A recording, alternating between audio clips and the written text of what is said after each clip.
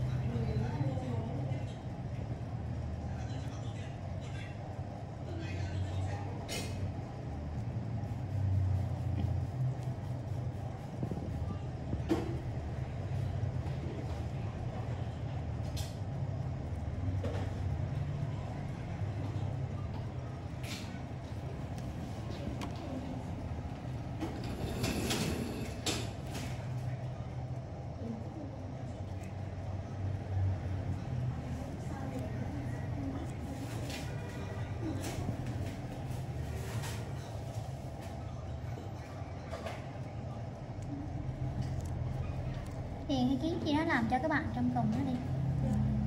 Ít mụn sơ sơ.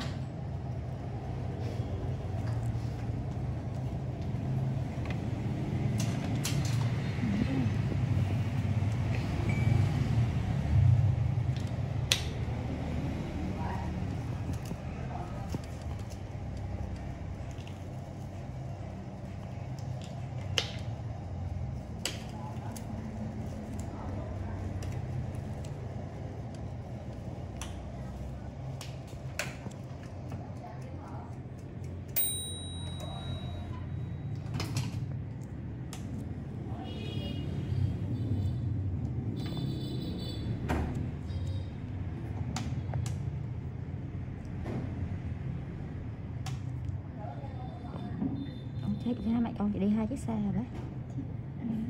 Thằng ấy đi làm thì ghé qua con bác tình trạng mua bình nó phải trả tiền.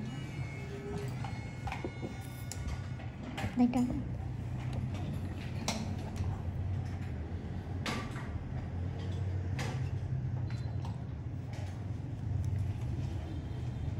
Tức là ngày đầu tiên bà tới mình bà mượn chiếc xe quay bà đi. Ngủ bà đi xe buýt mà. Ngày đầu tiên tới mình mượn chiếc xe quay, đi chiếc xe quay đỏ.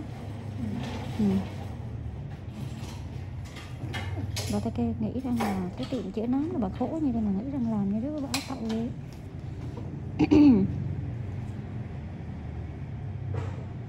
Trong cái nhiều khi bà bệnh chứ sang cái bà cũng hơi sợ.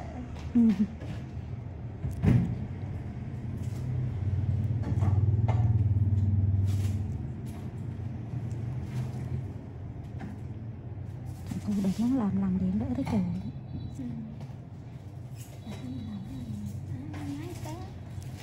Làm kỹ. Nếu mà không dùng vàng này từ chưa chắc đỡ quay lại mình đâu. Nếu mà nó không dùng vàng nữa còn đỡ nữa.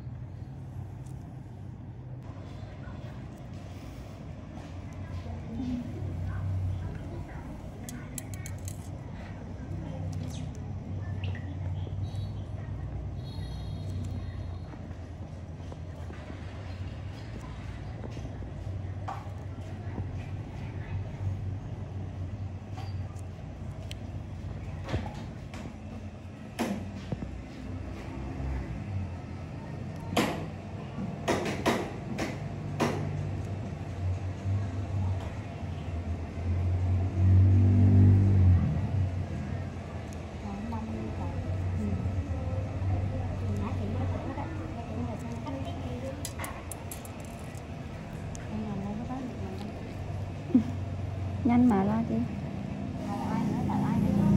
Cô này sao có thấy em? Hay là bà Triệt Long nó ra sao có vô em vô?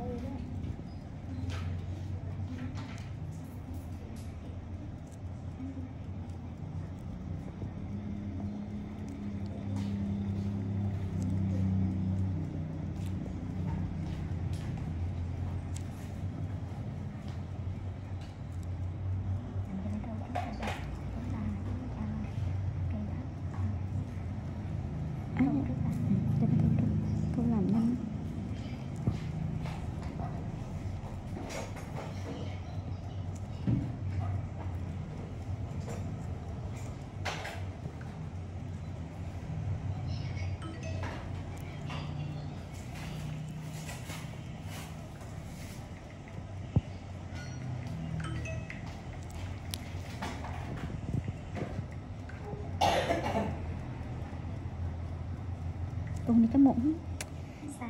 không cặn quá đãi cũng không có lây chứ. Chỉ những cặn nó bị teo lại rồi.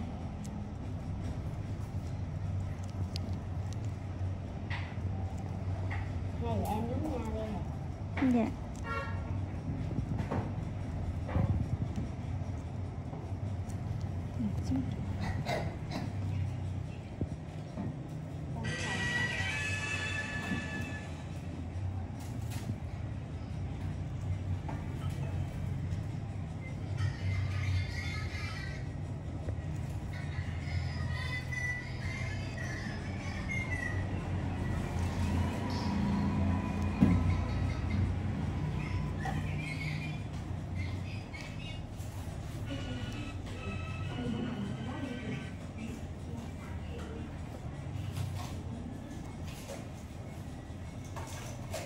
Kiến ơi, chị đang nấu cho ngay này Kiến này.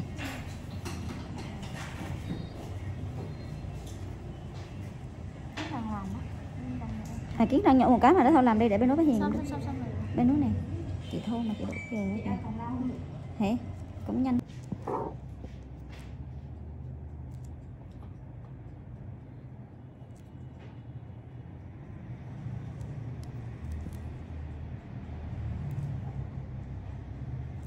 Biết vậy nè, bằng nãy bà đứng rồi nó bận ngự hả?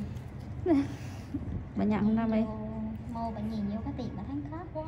Bà tưởng bà đậu chỗ nào hết. Kiểu như sợ chỗ khác thi đã đó. Vô một lần mà nhớ bộ ghế đồ.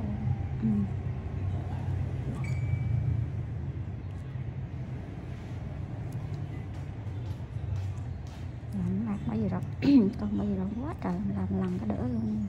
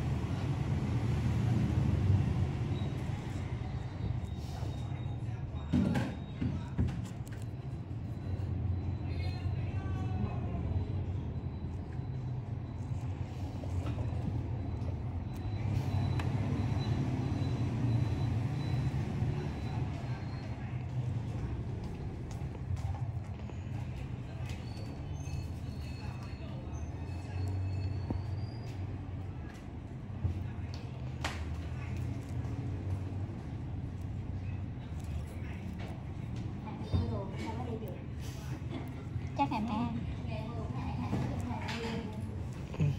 Đi qua shop áo quần nữa. Shop nó chưa ăn tiền của chị ai mình được. Shop nó có vẻ hợp phong cách của Thảo đó Thảo. Đồ bên nó thấy nhiều ghê luôn á. Tự nhiên thuê cái shop lớn nó bán đồ chững chạc quá. Mua hắn bán nhiều thế hệ vậy. Thế mà bán kiểu như hai ấy á. Đồ năm là cái đồ đó đó.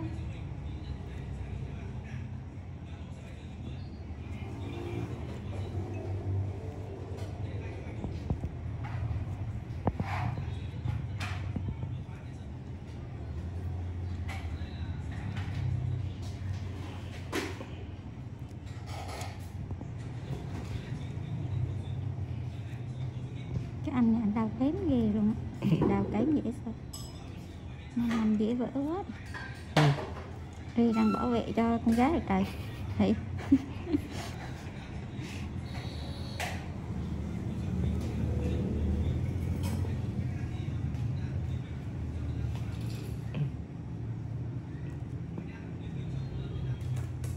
Hay là đưa cho mấy đứa nhỏ nhỏ nó nặng cho đỡ đau này. Cái giờ bây giờ quá. Cứ điện đau. Chị thấy em đụng vô từ chỗ nguồn đau.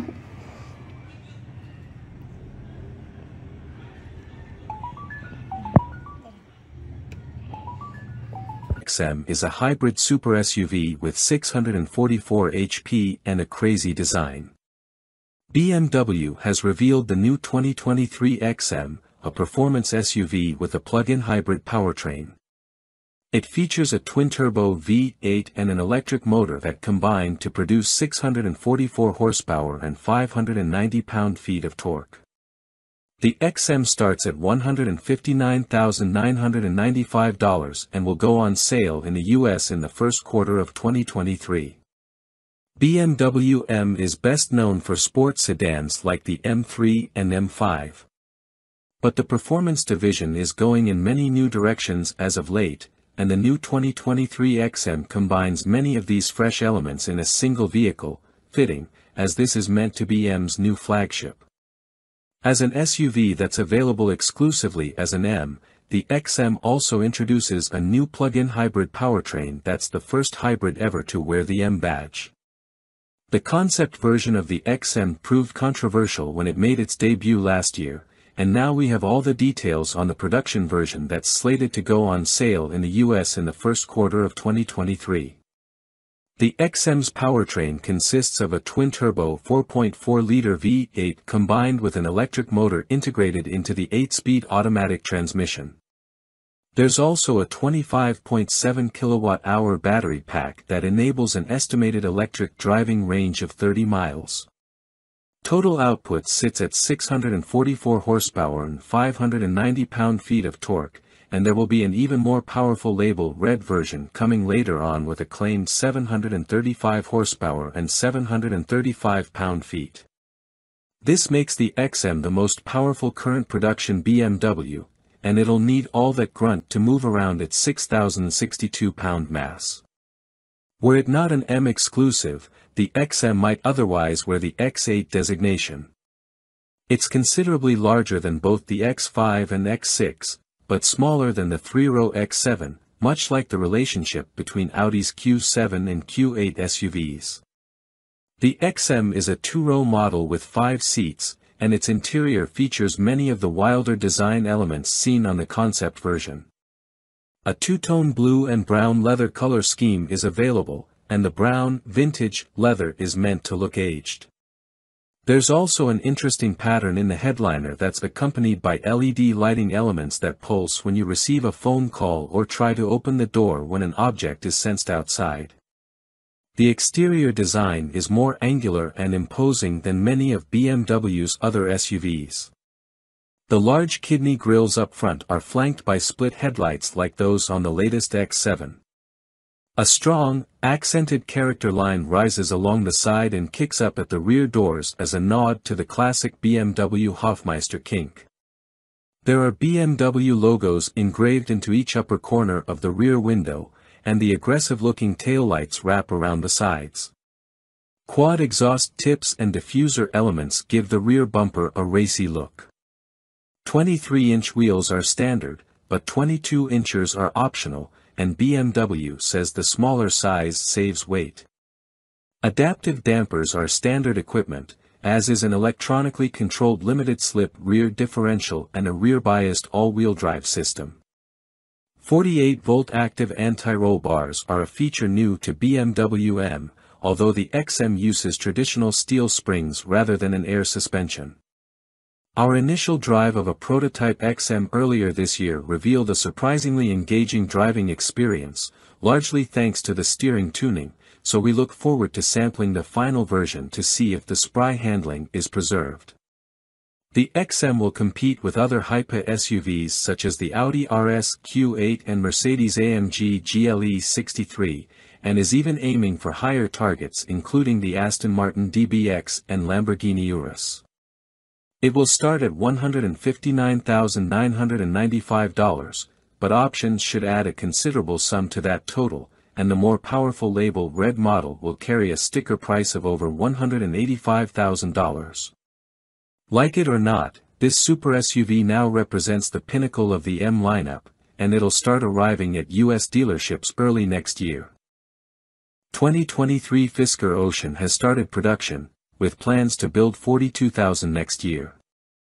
Initial 2023 Fisker Ocean production commenced today at their carbon-neutral plant in Graz, Austria, with most deliveries slated for next year as production gradually ramps from 300 in Q1 of 2023 to 800 in Q2 to more than 42,000 expected by year's end. All first edition Ocean One units are spoken for, as are 2023 examples of the affordable FWD Sport and AWD Ultra, but orders are still being taken for the top-level AWD Ocean Extreme, which goes for $68,999, plus a yet-to-be-announced destination charge. Fisker says the top-level model will offer 350 miles of range according to EPA methodology, and can accelerate to 60 miles per hour in 3.6 seconds thanks to the 550 horsepower available from its dual-motor AWD platform. Official production began today for Henrik Fisker's long-awaited Ocean all-electric 5-passenger SUV, which had an uncertain gestation until a tie-in with assembly partner Magna International was announced in October 2020. Fisker's previous automobile, the Fisker Karma plug-in hybrid, is not affiliated with the Fisker Ocean project, the tooling having been sold off and reconstituted by Karma Automotive as Henrik Fisker himself moved on to focus on his all-electric Ocean SUV project. Expectations are high that the Ocean will make a good first impression when customer deliveries begin. After all, the Magna Steyr plant in Graz, Austria, also produces the Mercedes-Benz G-Class, the BMW 5 Series, and the Jaguar E-Pace and I-Pace, as well as the BMW Z4 and Toyota Supra. As expected from an established assembly plant, they seem to be on the right track to manage build quality and early teething problems, with a gradual production ramp-up that will result in just 300 examples produced by the end of first quarter of 2023. And it's not as though the Ocean's assembly line's switch just got flipped today, as some 95 prototype Ocean vehicles were built as the line came together. Production will increase to 8,000 by the end of next year's second quarter and rise to more than 42,000 by year's end. Compared with the unrelated Volkswagen ID.4, the Ocean SUV is some 5 inches wider and nearly 8 inches longer, both in wheelbase and in an overall sense, but it stands no taller. That gives it a sleek shape that, crucially, also provides increased underfloor space for a larger battery. The capacity of that battery has not yet been announced, but Fisker does report that all-wheel drive vehicles equipped with the larger hyper-range battery will be good for up to 350 miles according to EPA testing methodology, thanks in part to a rear motor disconnect that comes into play while cruising. At the other extreme, Fisker says that boost mode will unleash as much as 550 horsepower that can accelerate the machine to 60 miles per hour in 3.6 seconds. Details and specs. 2023 Fisker Ocean prototype. 2023 Fisker Ocean. The front-wheel drive Sport, which is currently sold out for 2023 thanks to its low starting price of $37,499 before destination, will use the smaller Touring Range Pack and deliver 250 miles of range. Its single-motor powertrain makes 275 horsepower and takes the entry-level Ocean to 60 miles per hour in 6.9 seconds. Few interior dimensions have been released apart from headroom, but at 41.1 inches in front and 40.4 inches out back, things do look promising for the relatively low-slung electric crossover, which offers a panoramic glass roof across the board.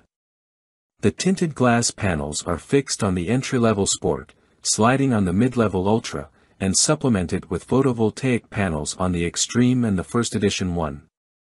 With luck, we will be able to evaluate and test an early production model in the first part of 2023. The Ocean has been a long time coming, but Henrik Fisker's tie-up with an established auto assembly outfit appears to be on the cusp of paying off in a very tangible way. Welcome to B&C Car Reviews channel.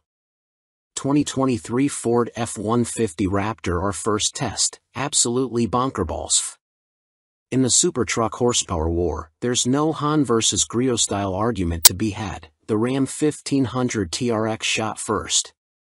Sure, Ford's F-150 Raptor pickup has been on the hunt for more than a decade, but history has it down as the balanced desert runner. Its power level, 450 horses today, more or less in equilibrium with its dirt-dashing chops.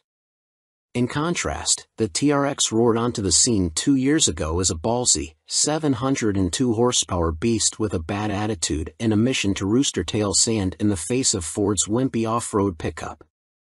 No more. The 2023 Ford Raptor R is here to fight back with 700 horsepower of its own, and it has its blaster set to kill. Once we took the new Raptor R to the test track, we discovered its aim is pretty damn true. It trips up the TRX in the 0 to 60 miles per hour sprint, clocking an astounding 3.7 second time, thumping our best existing result in the Ram by a significant 0.4 second. No doubt aided by the 6,000-pound Ford weighing an incredible 700 fewer pounds than the Ram. And it feels every bit that quick, charging off the line like a rhino with an ICBM up its rear on the way to a 12.1 second quarter-mile run at 111.8 miles per hour. The TRX's best? 12.7 seconds at 107.3 miles per hour. For further reference, the last non-R Raptor we tested with the 450 horsepower twin-turbo V6 and 37-inch tires checks in at 5.6 seconds to 60 in 14.3 at 94.0 miles per hour through the quarter. Credit the R's absolute brute of an engine, a version of the 5.2-liter supercharged V8 found in the Mustang Shelby GT500, which is appropriately dubbed Predator. Tuned to have a meatier, more truck-friendly torque curve thanks to software tweaks and a smaller supercharger pulley, it delivers its fusillade of power and torque on a whim even on the move, the 10-speed automatic adroitly shuffling between its abundance of ratios. This is a truck that can spin all 4 of its big blocked off-road tires on pavement as easily as you can turn up the AC. The exhaust has 4 adjustable sound levels that range from basically quiet, your neighbors will love you for widening the time window in which this operates at startup, done via the touch screen, to oh my god I think I just summoned Cthulhu. Really, though, in any of the 3 angriest settings the noise is ragged and deep and glorious and delivered with far less supercharger whine than in the TRX. The Raptor R is blown, but it doesn't really want you to know it's blowing. Also, unlike the Ram TRX, there's a 2-wheel drive mode for even more goofball shenanigans, if you dare. 2WD could be called the squirreliest setting, OBS, albeit if the squirrel in question could powerlift 2,000 pounds and had done time for attempted homicide. We kid, mostly, the Raptor R's chassis is so dialed in and offers enough fidelity that corralling this beast when the rear steps out is easier than you might think. Still, maybe keep it in 4A unless you have plenty of room for error. Should you think Ford Performance just stuck a big ol' motor in the Raptor and 4-wheel peeled into the sunset, don't. The R is a holistically tuned machine that delivers fantastic ride quality on the road without getting floaty, while at the same time serving up outstanding rebound performance and body control when humping over the gnarliest stuff you can find. This is a Raptor through and through, and it feels like the excellent chassis was waiting for this engine. If there's a weak spot in how the 2023 Ford Raptor R drives, it's that the steering is just vague enough, and the steering wheel thick and large enough in diameter that the truck rarely feels like putty in your hands. You never, ever forget its size, whether that's maintaining a lane on the highway or dodging rocks and trees on forest paths. This isn't the case with the Ram TRX, which is actually an inch wider and a skosh longer but somehow manages to drive smaller. Outside of the V8, the rest of the package is familiar from the Raptor 37, a sort of Raptor R Lite introduced for 2021 as something of a stopgap while Ford readied the 2023 Raptor R's engine. The R and 37 share their larger tires, body add-ons, and pretty much everything else outside of the engine bay. So, the Raptor R has comfy, well-bolstered seats, a relatively high-quality but extremely busy interior, an infotainment system that gets the job done, with some annoying quirks, such as requiring you to spin the tuning knob to get to the direct input for satellite radio stations, and all the various cubbies, bins, and features, the power folding shifter, flip-out console lid table, and rear underseat storage, for example, that make non-raptorized F-150s so practical. Downsides? The turning circle is big enough to fit a football field. You might crush a small sedan while parking it, and the 8 pattern in the bedside graphics is corny. Find the 1V and win a prize. Well, all that and the fact it costs $109,145 to start, enough to buy a regular Raptor and any number of sporty cars to go with it. Heck, it's enough to buy a base TRX and a Ford Maverick. But in a fight, and make no mistake, Ford and Ram are in a pitched battle. Often it's not who shoots first who wins, it's who shoots last. With the 2023 Ford Raptor R, the Blue Oval just may have landed a crippling blow. Welcome to B&C Car Reviews channel. Four-wheelers pickup truck and SUV of the year 2023, Day 3, more dirt testing. Working at an off-road magazine like Four-Wheeler has its benefits. One we look forward to each and every year is the new 4x4 vehicle testing we do to determine our Four-Wheeler of the Year winner. As you may know, our testing of new four-wheel drive vehicles for 2023 started with a track day, and continued with our first day of testing in the dirt. This trip allows us, a passel of off-road experts and enthusiasts, to spend some time with new production vehicles that come with four-wheel drive with a low-range transfer case. The aim of the SUV of the Year and Pickup of the Year tests is to allow us to push the limits of these vehicles, within reason, so we can pass on our knowledge and experience to our readers. Let's face it, folks, no one is going to take their brand new $80,000 to $107,000 4x4 rock crawling or mud bogging, so our aim is to drive these vehicles to the extent that we can judge their overall capability and give our expert feedback on what we see in the fleet. This year we have 7 vehicles total, including 2 pickup trucks and 5 SUVs. The trucks are the Ram Heavy Duty Rebel with a worn winch and a rear locker, and the Chevy Silverado 1500 ZR2 that has 2 lockers, active suspension, and a 6.2-liter V8. Our SUV field included the Jeep Grand Cherokee Trailhawk Force, which features plug-in hybrid technology along with a low-range transfer case with a locking center differential and a traction-controlled rear diff that can approach locked, the Jeep Wagoneer with the new inline-6 engine and similar traction capabilities to the Grand Cherokee Trailhawk Force, the Lexus LX 600F Sport, which is reportedly based on the current Toyota Land Cruiser that's only available overseas as a Toyota LC, the Toyota Sequoia TRD Pro, which is based on the new Tundra platform and shares its hybrid 3.6-liter engine, transmission, and a similar rear axle, with a selectable locker, and, last but not least, the Chevy Tahoe Z71, which also has a 6.2-liter V8, active suspension, skid plates, and red-painted tow hooks. For Day 3 of our OTY testing we headed towards the vast off-road expanse known collectively as Johnson Valley, California. Yeah, this is the home of the Daunting Hammers trails, but we wouldn't be hitting any of those. Instead, we traveled via dirt to the area and continued on what we would consider mild off-road trails throughout the day. This gave us ample opportunity to test how the vehicles do on graded roads and rutted but mild desert trails that are sandy, rocky, eroded dirt, and more. This day is more about getting off-road miles under the belts of the vehicle testers and getting a feel for what a new owner might do with their new SUV or pickup. It's a great time to see how the suspension rides and works, possibly get the vehicles flexed out a little, and see how they all drive on a variety of terrains.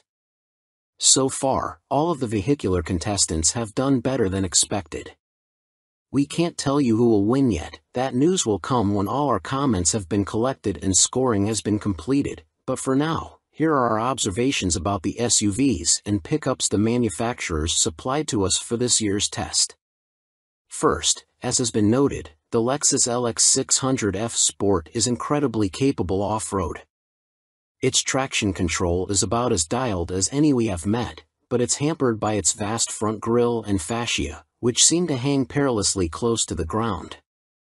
Also, its ridiculous low-profile tires and huge wheels are a liability on even the mildest trails or dirt roads, as even a fist-sized rock could kill a tire and bend a rim with ease.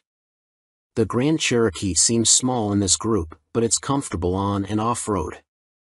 It doesn't seem to be quite as capable as other Grand Cherokee Trailhawks we have tested in the past, but it does just about everything you'd want it to, and the hybrid drivetrain is more than powerful enough. The Toyota Sequoia, again with plenty of power, is fun on dirt roads and has ample traction when the going gets tough. Its design is very blocky, with a face that takes some getting used to, and it seems to lack any front toe points, which will hurt it on our test. The Chevy Tahoe Z71 does everything you'd expect and more despite frequently lifting tires when the terrain gets at all uneven. It has a very low belly just ahead of the rear axle that can and will come in contact with the ground. The Jeep Wagoneer is fun to drive and seems more capable than it has any right to be. It may in fact be more capable off-road than the Grand Cherokee that shares its stable. Many complimented its larger sidewalls relative to the other SUVs on the trip, thanks to relatively smaller wheels and a decently sized tire. Getting back to the pickups, the Chevy Silverado ZR2 is a blast to drive off-road and, for us, performed exceptionally well when it came time to push the limits of its off-road traction. 2 locking differentials and flexi suspension combined with what are probably the most aggressive tires on the test meant this thing was almost certainly the most capable vehicle in attendance. It even climbed a few obstacles we didn't expect it to. The Ram Rebel 2500 is very capable for a true workhorse of a 3/4 ton truck, but it's still a 3/4 ton truck in the end. It's not quite as flexible and lacks the front locking differential of the Power Wagon, but it does have a higher payload and towing capacity as a result. That's a compromise away from the dirt and toward everyday use for a big truck like this. It also has overly large wheels, perhaps for load rating, and shallow sidewalls, which hurt it off-road, as any rough terrain is decidedly jarring despite any attempts made by the suspension to mitigate. Welcome to B&C Car Reviews channel. Siloan Arrange EV Tire Test, rolling in a Model 3 on Siloan's new EV tire. EV drivers, have you noticed there are more people using public charging stations? And sometimes you have to wait to use a DC fast charger? It seems more and more EVs are hitting the road. So in an effort to cater to the ever-increasing number of EV drivers who need new tires when they finally wear out, tire maker Siloan has developed its first EV-specific tire, the Arrange EV. Siloan invited us to a test drive in Southern California to sample its Arrange EV tires on a Tesla Model 3. We started in Beverly Hills and headed toward Highway 101, through Mulholland Drive. On this winding residential road perched on a hill, the Tesla Model 3 equipped with Arrange EV tires had no problem navigating the road's dips, dumps, and occasional unavoidable potholes in a graceful manner. The ride was slightly on the firm side, but that's to be expected from a sporty sedan. Soon we were on the freeway to drive to Calabasas and Malibu. Unlike internal combustion engine powertrains, EV powertrains offer an inherently quieter ride. But conversely, any excessive road and tire noise are more pronounced at high speed without engine noise masking the sound. On the highway, we noticed the Arrange EV tires didn't introduce any excessive tire noise and kept the cabin as quiet, if not quieter, than a Model 3 on its original tires. Next, we peeled off the highway and drove to Malibu through some twisty roads facing a beautiful view of the coast. Make no mistake, the Arrange EV tires are not high-performance summer tires. But on a long downhill stretch with many tight turns, they behaved very well and offered predictable feedback and handling. They're a good set of all-around, pun intended, all-season tires designed to handle various road conditions. After our test drive, our initial thought was the Arrange EV tire performed in the real world just as well as a Tesla Model 3 on its original tires. Siloan told us it provides all that at a lower cost and that its tires are more efficient. Siloan uses what it calls EcoPoint 3 technology, in which the rubber compounding materials are mixed uniformly under continuous liquid phase conditions. The goal is to produce a tire that retains good traction under various wet and dry conditions while still maintaining a low rolling resistance to further EV range. Another tech feature worth pointing out is the use of Siloan's Silent Tread to help reduce tire noise and cost. As mentioned earlier, road and tire noise can be more pronounced in an EV, so some other EV-specific tires on the market have acoustic foam inside for noise reduction. We asked Siloan whether the Arrange EV tire has the same kind of foam. It told us it tested both with and without foam, and the foam made no noticeable improvement in noise reduction. Also, the addition of foam means the tire is unable to be patched or repaired. Siloan's Silent Tread sequential pitch tread design allowed the company to ditch the acoustic foam while maintaining excellent quiet performance. It helps reduce manufacturing costs, too. Siloan is certainly stepping into the EV tire market with a compelling product. Siloan claims the Arrange EV tire can deliver 7% more range on a Tesla Model 3 than other EV-specific tires on the market, and that may just be enough for you to skip a crowded charging site one day. Welcome to B&C Car Reviews channel. 2023 Honda Accord vs Toyota Camry, mid-size juggernauts compared on paper. Honda and Toyota have done battle for decades now. Even though the CR-V and RAV4 compact SUVs are manning both brands' front lines in the sales wars these days, the rivalry between the mid-size four-door Accord and venerable Camry is still going strong. Both companies introduced major redesigns for 2018, but while Toyota is still busy tweaking versions of the Camry it debuted 5 years ago, Honda has an all-new 11th generation Accord for 2023. We haven't had the chance to drive them back-to-back yet. Don't worry, that comparison is on the way, so here's how they stack up on paper. Size and interiors. Size is the best reason to consider a mid-size Accord or Camry over their more affordable, smaller Civic and Corolla siblings. But which one actually offers more space? The Honda is marginally bigger in every dimension. Although the vehicle's wheelbases are almost identical, the Accord is a few inches longer overall, plus nearly an inch wider. Those extra inches will likely make it slightly harder to maneuver in tight spaces. That said, the Accord's additional breadth pays off in passenger and cargo volume. Folks riding in the back have 2.8 inches of additional legroom compared to the Toyota, plus the Accord has 11% more trunk space. Sitting in the two back-to-back, the Accord's front seats are more comfortable and its armrests offer additional padding. Climate controls and air vent adjusters feel more premium, too, with the same tactile greatness as the pieces in the latest Civic, CR-V, and HR-V models. While the Accord feels as if it has an extra inch of legroom in the rear, the Camry's back seat is better suited to taller passengers thanks to a slight headroom advantage, power and fuel economy. Yes, the Camry is still using the same base engine it had in 2018, but so is the Accord. Toyota fits its mid-size sedan with a naturally aspirated 2.5-liter i4 and Honda equips the Accord with a turbocharged 1.5-liter i4. The Honda is less powerful but more torquey than the Toyota, plus we anticipate it'll be slightly more efficient in the city. Only the Camry is available with AWD, while the Accord remains front-wheel drive only. In a major switch, the Camry could be the better choice for power-hungry enthusiasts. As part of the 2023 update, Honda no longer offers the Accord with its gutsy turbo 2.0-liter i4 option. If you want a gas engine, the 1.5T is your only choice. Toyota still sells a few Camry variants with its 3.5-liter V6, which delivers 301 horsepower and 267 lb-ft of torque, including the convincingly sporty TRD model.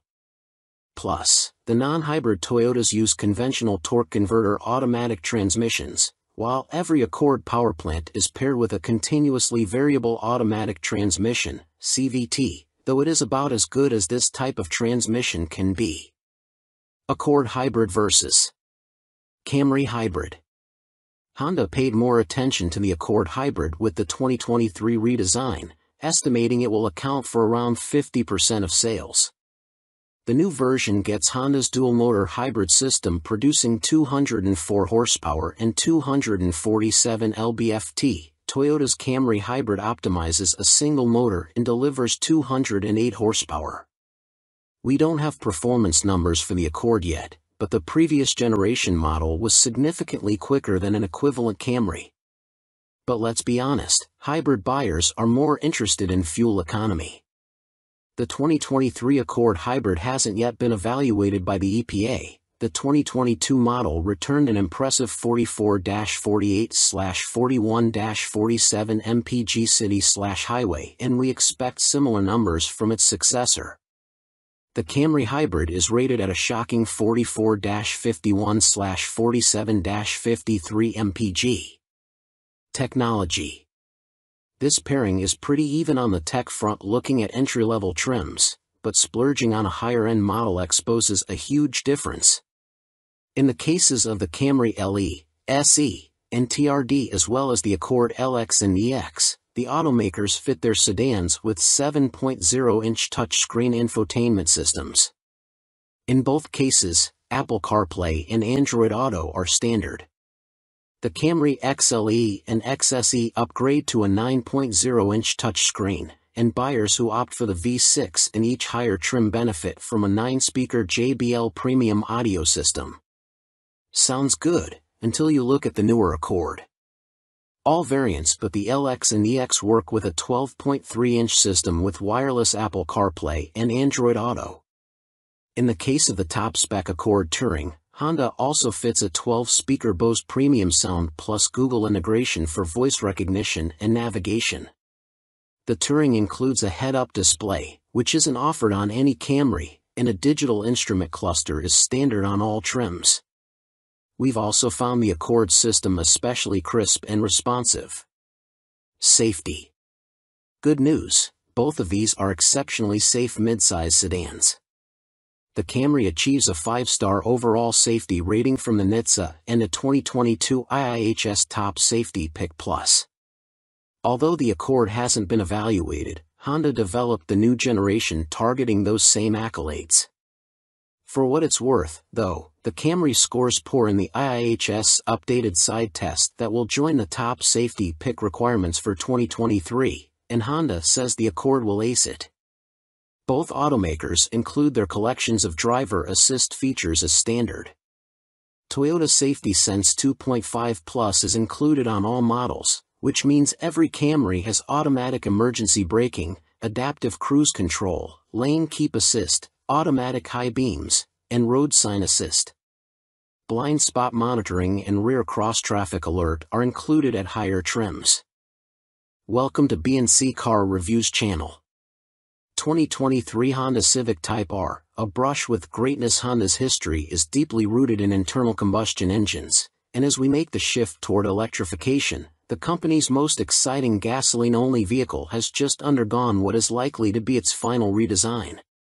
The Honda Civic Type R has rejoined the lineup for 2023, following the 2022 model year revamp of the supporting Civic sedan and hatchback. Based on the handful of laps we took around Harris Hill Raceway outside Austin, Texas, including as a passenger to two-time Formula One champion Max Verstappen, it seems Honda absolutely nailed it. For starters, we fist-bumped Max as we pulled the bright red seatbelt across our chest. "Full send, right?" we asked. A shrug from Max and a "you sure" served as acknowledgement as he revved the 315 horsepower Turbo 4, slipped the clutch, and spun the front Michelin Pilot Sport Cup 2s, launching us out of the pits.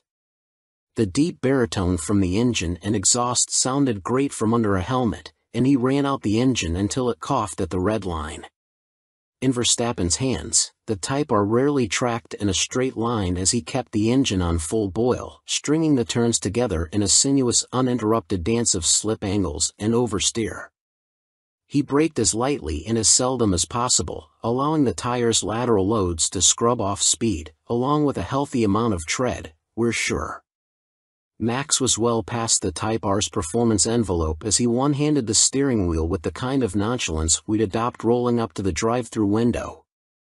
"We're running the course in the counterclockwise direction." Thanks to a significant bump in turn 6, Max launches a few tires off the pavement. The Cup 2s will be optional, with Sport 4S rubber standard, but the Type R stays on target with only a slight steering adjustment from our somewhat bored driver. He said it's better to go full throttle, rather than lift off it, over that bump and the ensuing ruts leading toward turn 5. When an F1 champion gives you driving advice, you're wise to take it. After only 2 laps, the fun was over as Max coasted into the pits. It was a brief encounter, yet the afterglow remains days later. Then it was our turn behind the wheel. Sadly, we weren't allowed on the track unsupervised. Instead, we were required to follow behind a pro driver, one who drove with significantly less aggression than Mad Max. We managed to strategically create an interval between the lead car and ours, allowing us to briefly approach the Type R's performance limit. That gave us a taste of its potential but left us jonesing for more. As we venture out of the pits, the clutch has an appropriate amount of effort, and the engagement is as intuitive as it gets. The shift throws aren't as toggle switch short as a Miata's, but the shifter is equally easy and pleasurable to row up and down through the gears. The ratios are well spaced to keep the power on tap, and in plus or drive mode, the instrument cluster displays an F1-style rev indicator across the top to keep you from bouncing off the limiter. We didn't feel a hint of torque steer under hard acceleration, but there is a quick shimmy under threshold braking before the ABS kicks in. It's a strong enough wiggle to keep you on your toes, but not so much as to feel out of sorts or to get you to dial it back. The rev-matched downshifts eliminate the finesse of heel-toeing the pedals since you only need to slam the shifter into gear and dump the clutch. If you're like us and prefer to truly do the work yourself, rev matching can be disabled in the settings menu, and the pedals are placed perfectly for precise footwork. In some of the higher speed bends, there's an initial whisper of understeer, but it's easy to predict and manage with a minuscule lift of the throttle and a nudge of the steering wheel. In slower corners, trail braking all the way to the apex gets the tail to subtly rotate and you can maintain some oversteer once you get back on the gas. No need for those silly artificial drift modes, and the tires surrender grip progressively rather than in an instant. Just as we were becoming one with the Type R, the radio crackled, instructing us to give it a cool-down lap before rolling back to the pits. This brief tease bodes well for the $43,990 Civic Type R's capabilities, and we'll have a more complete picture in the coming weeks. In the meantime, we're left with the satisfaction that despite the latest Civic R's tamer styling, performance is edgier, more reactive, and thoroughly enjoyable. With the disappearance of the Subaru WRX STI and the Mitsubishi Evo, we're glad to see Honda bringing back its hottest of hatchbacks for a glorious victory lap. Welcome to B&C Car Reviews channel. 2023 Honda Civic Type R First Drive, Return of the King. If you ask us, and you did, the last-gen Civic Type R was the undisputed king of sport compact cars. Nothing it competed with drove as well as that car did. That is, understandably, a tough act to follow, but the 2023 Honda Civic Type R has pulled it off. The long, slow drip of information about this car has obviated the need to go deep into technical detail here, so we'll keep it short and sweet. Honda engineers effectively took all the best parts of the old Civic Type R, CTR, improved them by, let's say, 10%, and put them in the new generation Civic body. It wasn't quite as simple as that, but the end result certainly feels like it was. The result is a car that immediately communicates its capabilities to you. You know from the second corner that you can drive this car flat out with no warm-up or familiarization. It's that good. It doesn't even matter how talented a driver you are, because this car can make both an amateur and a pro feel completely confident going all out and finding every last bit of adhesion. Civic Type R, track rat. And, boy, does Honda want you to. Clearly the engineers had to find a way to make this car even more awesome than the old one, and they found it on the track. It's exceedingly obvious that all the improvements made to this car were done in the name of chasing tenths and even hundredths of a second in lap times. Circling Northern California's tricky Sonoma Raceway, better known as Sears Point, the magnitude of lateral grip is just staggering. This is, at its core, a front-drive compact hatchback sedan, a commuter car. The amount of speed it can carry through corners boggles the mind. Fitted with its optional Michelin Pilot Sport Cup 2 tires, the CTR never lets go. The most wiggle you'll get out of it is a tiny little rotation of the rear end on turn end that points you at the apex, or a mild push wide at the exit if you're completely ham-fisted with the throttle. Otherwise, the car just grips and grips and grips. It never breaks loose or snaps. It honestly feels like the only way the Civic Type R can get sideways is if you went off the track.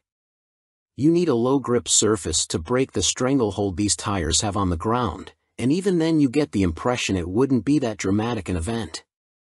The only time you're confronted with issues of grip is when exiting low-speed corners. The limited slip front differential does excellent work putting the power down, but beyond that it's your responsibility to set up for the corner correctly. Get it right and the car pulls away hard, but apex too early and get on the power too soon and it'll gently push wide, which can be easily corrected by backing off the throttle and promising to get it right on the next lap. Street sports. It's not much different on the streets, even with the standard Michelin Pilot Sport 4S tires installed. The CTR just makes it easy to drive fast. You get the innate impression you'd have to drive like an absolute tool to wreck this car. Bumps? No problem. Bumps in the middle of a high-speed corner? Also no problem. Small jump that you totally didn't see coming because you were going so fast? Again, zero issues. It just grips. Thank goodness, because if it didn't, we'd be writing a much different review. As it is, the tires make up for the CTR's one deficit, overly stiff dampers. Obviously tuned for glass-smooth racetracks, in anything but comfort mode they're just too stiff for the street. In full-strength plus or mode, the car pogos over bumps like the old Ford Focus RS. There's so much vertical movement taller drivers need to watch their heads. It's the one area where this car went backwards, generation to generation. In the old CTR, you could jump in, push the plus or button, and go. Didn't matter the road or the surface. It was set up perfectly for anything. You can't do that with the new version. You need to go into the infotainment system, find the vehicle settings menu, then the driver assistance menu, then customize the individual drive mode. That way, you can put the engine in plus or mode and the dampers in comfort, and maybe the steering in comfort, too, since like too many cars it gets needlessly heavy in sportier modes. While you're in there, scroll to the bottom of the driver assistance menu and turn off the automatic rev matching feature for the 6-speed manual transmission. Obnoxiously, before you can do any of that, you not only need to be at a complete stop, but have the parking brake engaged. We'd be able to accept this as a safety precaution if it weren't for the fact that any non-driving related settings can be altered while the vehicle is moving. You can literally reset the infotainment system to the factory defaults while moving, but you can't turn off the rev match feature unless the parking brake is on. It's especially obnoxious because there's an unused button next to the drive mode selector that could have been the rev match on/off switch. The system's saving grace is that it'll remember your drive mode and rev match settings on restart. With the exception of plus or mode, the car will restart in the same configuration you had it in when you shut it off, so you don't have to change a bunch of settings every time you get in. It's a slight pain in the ass setting it up the first time, but it's so worth it. Properly configured, the new CTR may be stiffer than the old one, but reasonably so, keeping it copacetic. Otherwise, Honda didn't mess with success. Yes, the engine makes slightly more power than before, 315 horsepower now, an increase of 9, but it's more of an optimized tune than any revolutionary update. Power still builds progressively with revs, the engine feeling stronger and stronger as you climb toward redline. If you experience turbo lag, it's because you're in the wrong gear and you let the revs drop too low. Drive it like you mean it and you'll never be disappointed. Honda engineers correctly ascertained the old CTR didn't need more power to be better, and focused on the power curve instead, because, really, with front-wheel drive, you're just going to be battling torque, steer and traction if you simply keep adding power to pump up the spec sheet. The CTR would be significantly worse if it were significantly more powerful. Similarly, they didn't waste any time trying to make the shifter any better. When you're neck and neck with Porsche for the best manual shifters on the market, what's there to work on? The new CTR's shifter, transmission, and pedal spacing are exactly as perfect as were the old cars. Same for the brakes. Just looking at them, you might wonder if Honda shouldn't have gone a bit bigger and filled out the wheels, but after driving the thing you can only conclude the additional unsprung weight wasn't worth it. The CTR is a light car and can carry so much cornering speed that you don't need a ton of braking power to get it hauled down for slow bends, and the cooling is so good the brakes don't need to be huge to shed enough heat before the next braking zone. There's a lot of that old Lotus philosophy at work here: make the car lighter and you won't need to overcompensate with power or brakes to deliver magic. And yet it's so much more. Don't let what we've said thus far convince you Honda didn't improve the breed, though. The underlying structure is new and it lends the car a new shape. Popular as the old CTR was, there was often a yes, but appended to opinions, which always centered around the somewhat juvenile styling. Subtle it wasn't. This car, for better or worse, is far more mature and restrained stylistically, so much so that the big rear wing looks almost like a Pep Boys special and not something designed in an OEM wind tunnel. Regardless of what you think of the outside, the inside is a resounding success. The new Civic's interior is a vast improvement on the old models, especially the dashboard. Pairing it with the previous CTR's fantastic seats is a winning combination. Retaining hatchback practicality, though it's more of a four-door coupe now, means there's still a ton of cargo room for everything from luggage to spare wheels and tires when you head off to track events. Like you, we wondered what Honda would do to somehow make the CTR even better.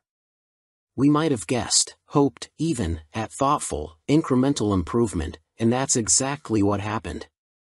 The new Honda Civic Type R is everything great about the old car turned up a notch, plus a new interior, all for just under $45,000. It's the best performance bargain on the market, assuming you can find one without an insane dealer markup, and we couldn't ask for anything more. About Honda.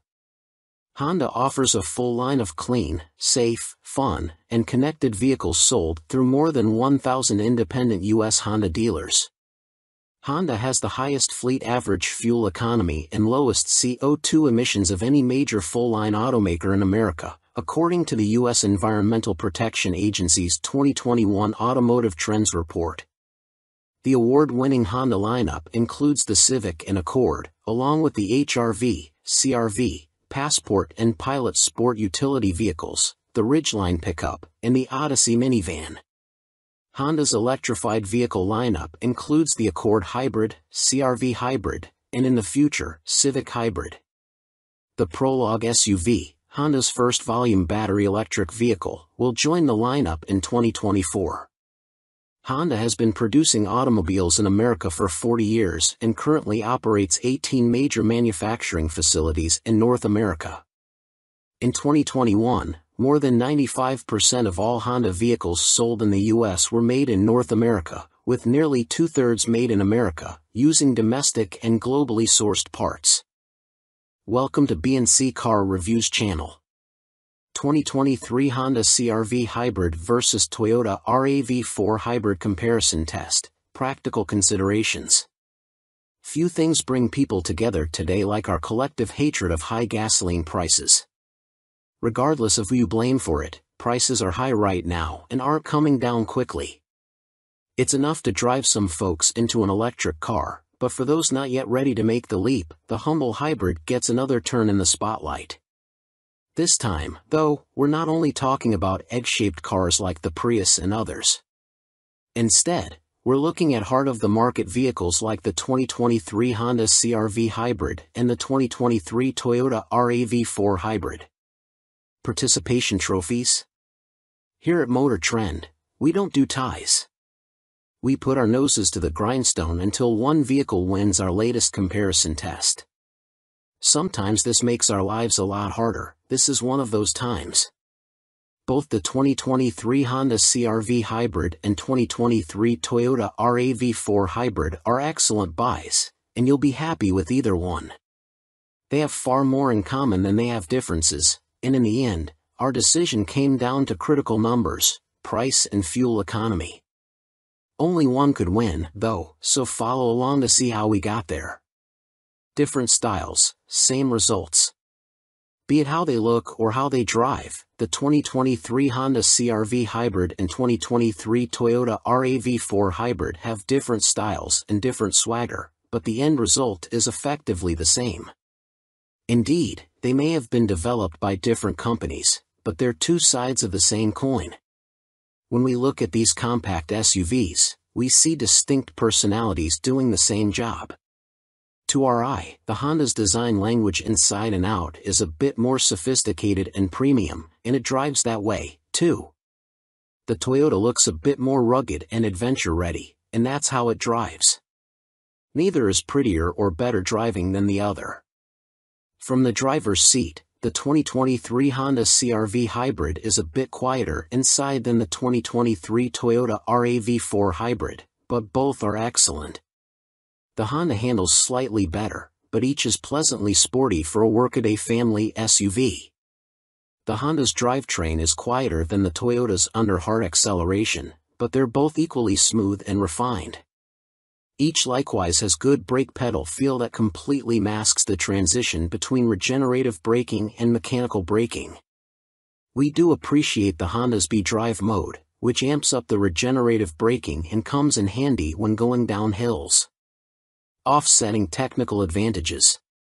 Unsurprisingly for direct competitors, the Honda CR-V and Toyota RAV4 hybrids offer most of the same tech features.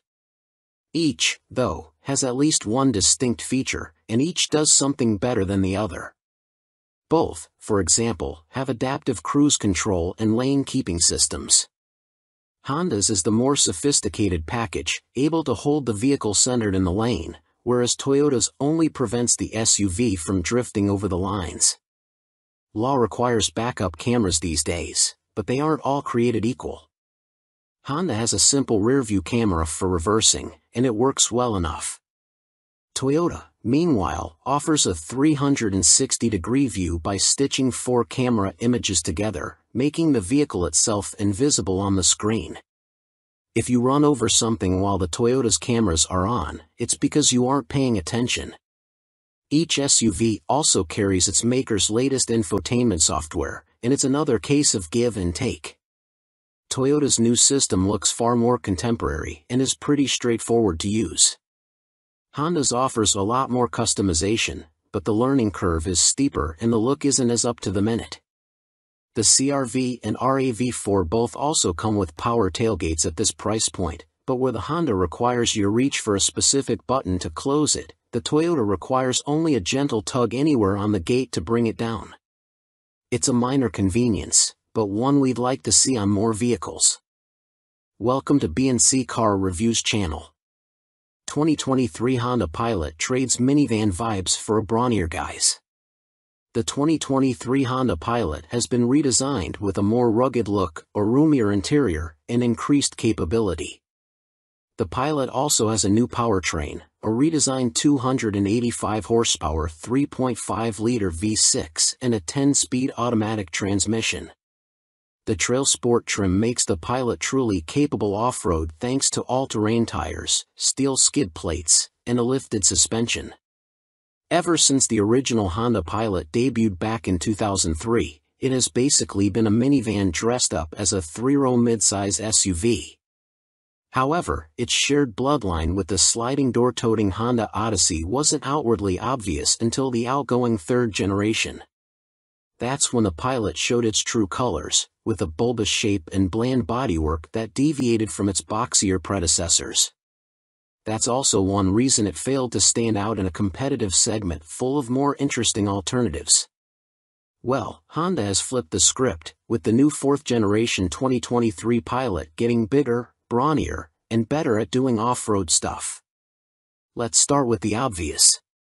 The 2023 Honda Pilot no longer looks like a lifted minivan.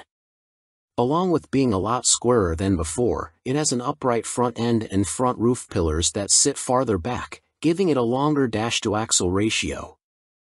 The Pilot is also 3.4 inches longer from stem to stern, and its wheelbase stretches by 2.8 inches, too.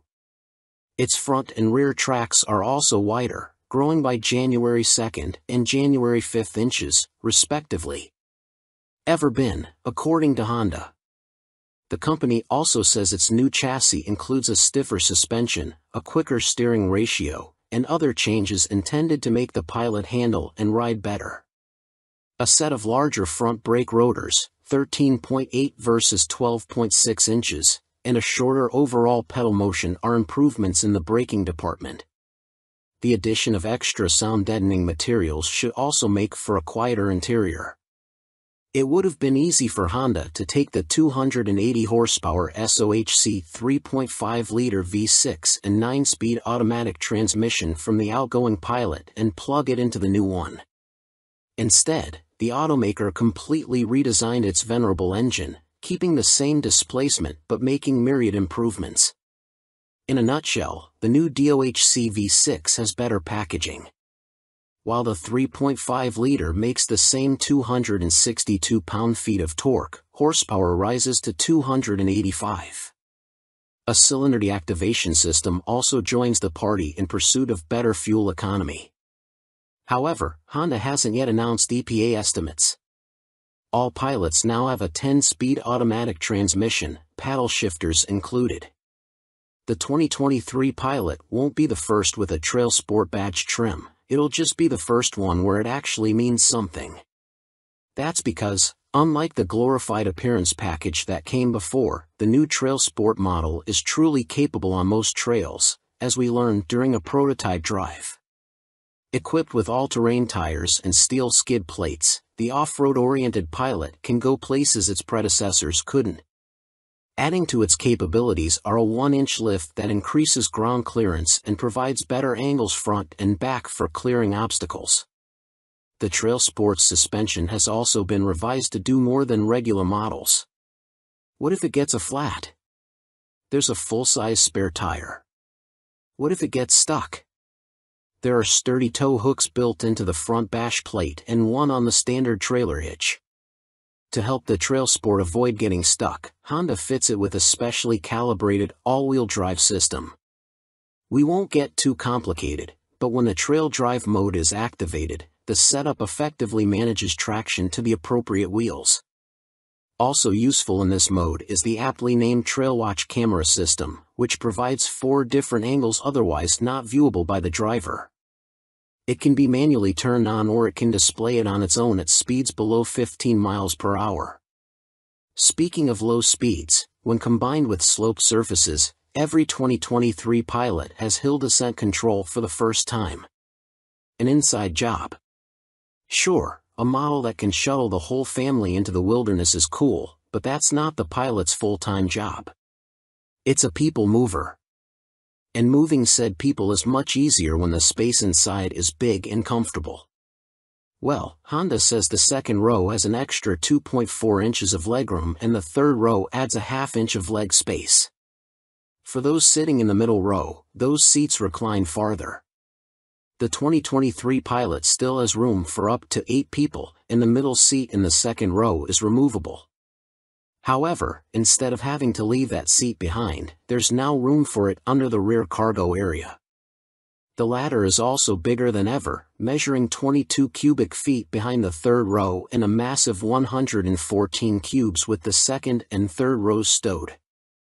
Honda improves small item storage, too, with the return of a useful parcel shelf built into the dashboard. No one should have a problem finding a cup holder either, as the Pilot has up to 14 of them. Overall, the inside of the new Pilot looks ritzier. The materials appear to be more upscale, and the design is undeniably more mature. The standard gauge cluster is part digital, part analog, as seen in other Honda models. Those who opt for the top-of-the-line Elite trim exclusively get a 10.2-inch digital cluster and a head-up display. Apart from the base-level Sport, which features a 7.0-inch touchscreen, every Pilot has a 9.0-inch touchscreen infotainment system with wireless Apple CarPlay and Android Auto. Availability and pricing. Honda hasn't yet told us how much it'll charge for the 2023 Pilot, which will be offered in Sport, EXL, Trail Sport, Touring, and Elite trim levels. The previous generation ended with starting prices between about $39,000 and $53,000, and we expect to see those costs rise by a couple $1,000s across the board. We'll likely know the exact MSRPs before the new Pilot goes on sale in December. More 2023 Hyundai Ioniq 6 specs are out, including big range estimate. Hyundai has released more U.S. details about the 2023 Ioniq 6 electric sedan. The automaker claims a range of 340 miles for the U.S. version, although this isn't yet an official EPA estimate. The Ioniq 6 will go on sale in America in spring 2023, and pricing is not yet announced. Hyundai showed the new 2023 Ioniq 6 at last week's LA Auto Show and announced a few more enticing details about the US version of this electric sedan. The biggest deal is the claimed 340-mile range for the single-motor version, which beats its Ioniq 5 sibling by a considerate amount. That model is rated at up to 303 miles. A 77.4 kilowatt-hour battery pack is standard on the Ioniq 6, and the version with the longest range is the 225 horsepower single-motor rear-wheel drive configuration. The optional 320 horsepower dual-motor all-wheel drive setup drops the estimated range to 310 miles. The Ioniq 6 rides on the same eGMP platform as other Hyundai and Kia EV models, but its low 0.22 drag coefficient helps its efficiency and thus its estimated range. Hyundai says it is still waiting for full EPA certification, but these estimates are US-specific, so the final numbers aren't likely to vary much. We look forward to testing the Ioniq 6 on our 75 miles per hour highway range test to see what it can do in the real world. We don't yet know trim levels or pricing details on the Ioniq 6, as those should come closer to its US on-sale date in spring 2023. But Hyundai did release the colors options that will be available. For the exterior, the choices include a matte finish gravity gold, onyx black pearl, serenity white pearl, curated silver metallic, transmission blue pearl, ultimate red metallic, and digital green pearl. For the interior, the three options include black, gray, and a two-tone dark green and gray combo. Welcome to B&C Car Reviews channel. 2023 Jeep Compass gets a new Turbo 4 with nearly 100 more horsepower. The Jeep Compass will get a new engine for 2023, a turbocharged 2.0-liter inline-4 to replace the old 2.4-liter four-cylinder. It makes 270 horsepower and 295 pound-feet of torque, a big boost compared with the old engine's 177 horsepower. The 2023 Compass starts at $31,590 for the Sport and ranges up to $40,340 for the high altitude. Jeep is preparing to bump the Compass SUV's power output with a new engine for 2023. According to a document we found on the EPA's website, the 2023 Compass will have the same 270 horsepower turbocharged 2.0-liter inline-4 found in the upcoming 2023 Dodge Hornet. This engine was also slated to be in the Alfa Romeo Tonale, but now that model will reportedly be offered only with a plug-in hybrid setup in the US. The 2.0-liter's 270 horsepower and 295 pound-feet of torque are a huge bump over the Compass' previous engine, a naturally aspirated 2.4-liter inline-4 with 177 horsepower and 172 pound-feet of torque. An 8-speed automatic transmission is standard, and the previous front-wheel drive model has been dropped. Pricing for the 2023 Compass starts at $31,590, which is just $1,210 more than the equivalent 2022 model. Not a bad deal considering the new powertrain. The off-road oriented Trailhawk model starts at $37,340 and the loaded high altitude is $40,340. Jeep has yet to release official details about the 2023 Compass, so we don't know if there are any other significant changes in store. It did receive a facelift for 2022 that included refreshed styling and a new infotainment screen. We've reached out to Jeep for comment and will update this post as more info becomes available.